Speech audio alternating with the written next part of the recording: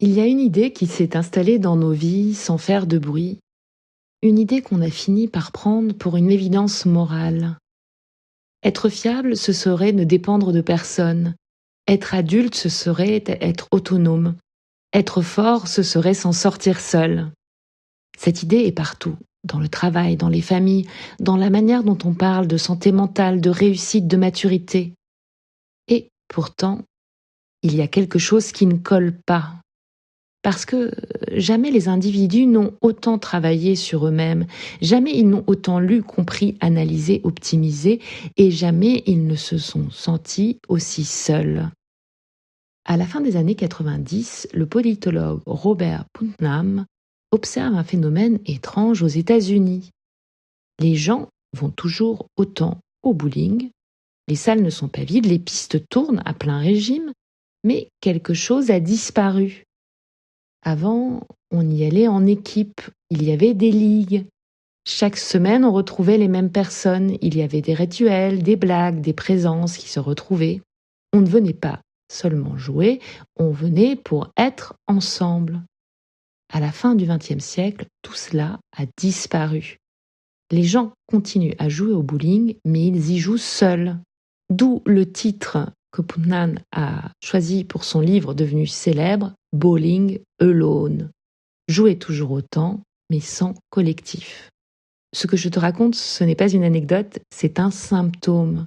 Putnam montre, chiffre à l'appui, que ce qui disparaît à ce moment-là, ce n'est pas l'activité, c'est le capital social.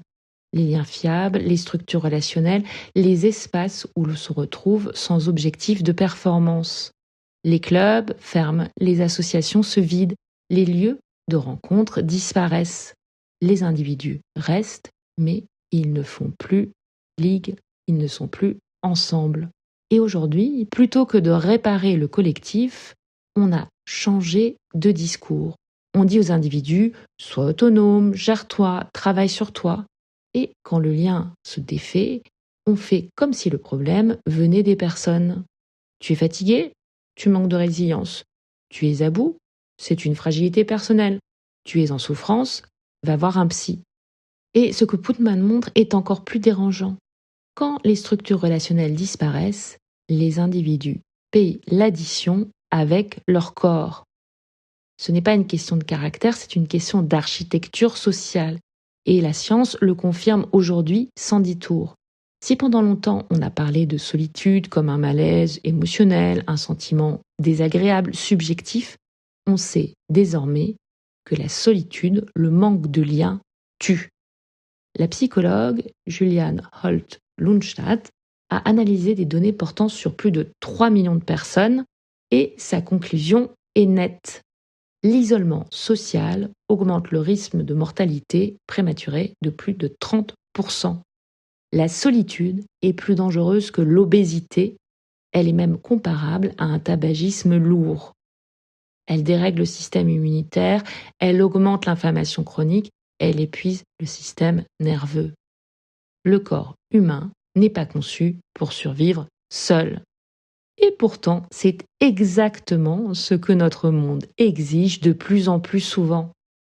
Et là-dedans, il y a vraiment quelque chose de profondément pervers. Parce que quand tu demandes de l'aide, on te regarde comme quelqu'un qui ne va pas bien. Quand tu tiens bon seul, on t'admire. Mais être autonome t'épuise. Et si tu demandes de l'aide, ça te pathologise.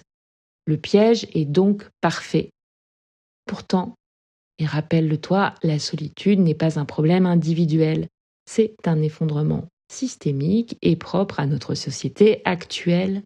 Mais nous continuons à répondre par des solutions individuelles.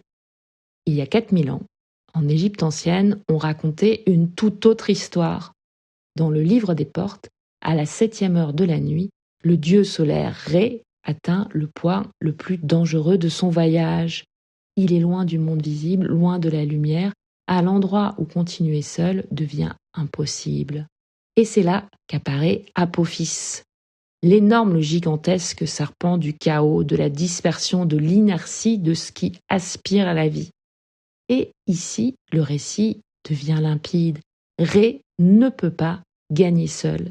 pas parce qu'il est faible, mais parce que certaines forces ne se neutralisent pas individuellement. Alors un réseau d'alliances se met en place.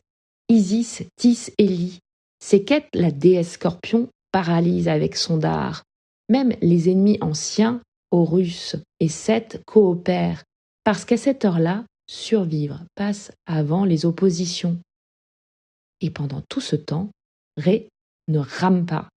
Il est porté, maintenu, protégé.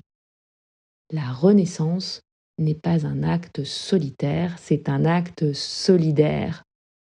Notre époque fait l'inverse. Elle laisse les individus ramer seuls dans des traversées qui exigeraient une barque collective. Elle appelle force ce qui est isolement, elle appelle autonomie ce qui est souvent abandon organisé, et ensuite elle s'étonne de l'épuisement généralisé. Si tu te sens fatigué, si quelque chose est trop lourd à porter seul, si tu as l'impression que malgré tous tes efforts, ça ne tient pas, peut-être que ce n'est pas toi le problème. Peut-être que ce qui manque, ce n'est pas une meilleure version de toi-même, mais un lien qui te tient, des bras qui te soutiennent, parce que certains serpents sont trop gros pour un seul corps et que le vivant, lui, n'a jamais survécu seul. On est le 31 décembre au moment où je t'enregistre cet audio et je voudrais te souhaiter pour 2026 d'avoir des liens riches, de trouver ta tribu et surtout de ne jamais te dire que tu dois tout traverser seul.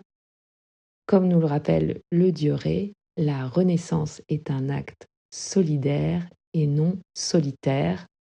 Moins de héros, plus de réseaux, plus de barques.